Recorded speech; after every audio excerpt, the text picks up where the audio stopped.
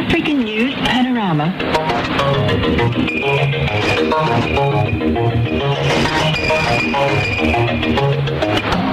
An earthquake of magnitude 5.8 occurred in Ethiopia on Saturday.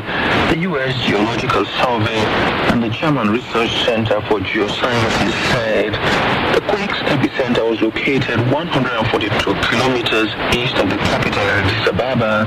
The same area was rocked by a magnitude 5.5 quake on Friday and a series of more than 30 smaller tremblors in the past week. Meanwhile, thousands of civilians in a remote part of northeastern Ethiopia have been evacuated because of potentially dangerous volcanic activity. The evacuations come after steam eruptions have been seen since Thursday from the long-dormant volcano of Mount Dauphin, raising fears of a volcanic eruption that could put many people at risk. The UN Children's Fund, UNICEF, has urged governments to prioritize the safety of migrant children after the latest Mediterranean shipwreck left about 20 people missing and added to a gruesome annual tally. Francesca Medlo has more on that story. As the year ended, tragedy struck in the Mediterranean when a migrant boat sank near Lampedusa, leaving 20 people missing. 7 survivors, including an 8-year-old boy, were rescued, but his mother is among the missing. This comes weeks after another shipwreck near Sicily left an 11-year-old girl as the sole survivor.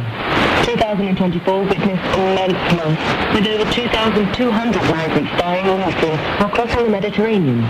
According to UNICEF, the central Mediterranean route accounted for 1,700 of these deaths. 1 in 5 migrants is a minor, many fleeing violence and poverty.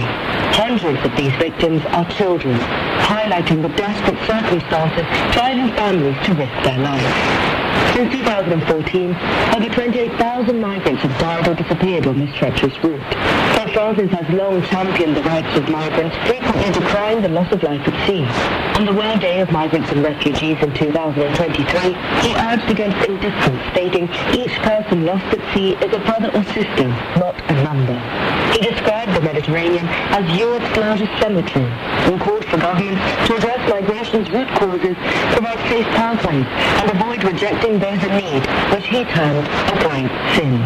Following this most recent shipwreck, UNICEF renewed its appeal for governments to prioritize migrant children's welfare. Regina De Dominicis, UNICEF Regional Director for Europe and Central Asia, urged implementation of the Migration and Asylum Pact, focusing on safe pathways, rescue operations, and asylum access.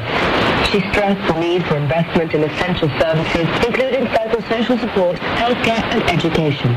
Organizations like UNICEF and leaders like Pope Francis continue to call for compassion and coordinated action to end this humanitarian crisis. Their efforts remind us of the urgent need to address migration challenges and ensure the safety and dignity of all people seeking refuge. Violence and unrest following Mozambique's disputed presidential election has forced nearly 3,000 people to seek refuge in neighboring countries. According to an internal note from the authorities in neighboring Eswatini, nearly 1,000 Mozambicans have crossed the border into the kingdom over the past 2 months. Malawi has also seen a surge in refugees, with nearly 2,000 Mozambicans arriving in just 1 week, according to the UN Refugee Agency, UNHCR. The former governor of the Central Bank of Mauritius has been released on bail after he was detained and charged with conspiracy to commit fraud, a local newspaper reported. Harvesh Sengulam was arrested on Friday, the first major move by the government of Prime Minister Navin Ramgoolam, who has said the previous administration falsified the country's gross domestic product, budget deficit, and public debt figures for years. The Foreign Minister of China, Wang Yi, will visit Namibia, the Republic of Congo, Chad, and Nigeria from the 5th to the 11th of January, the Foreign Ministry of China said on Friday. You're tuned to the Africa Service of Vatican Radio.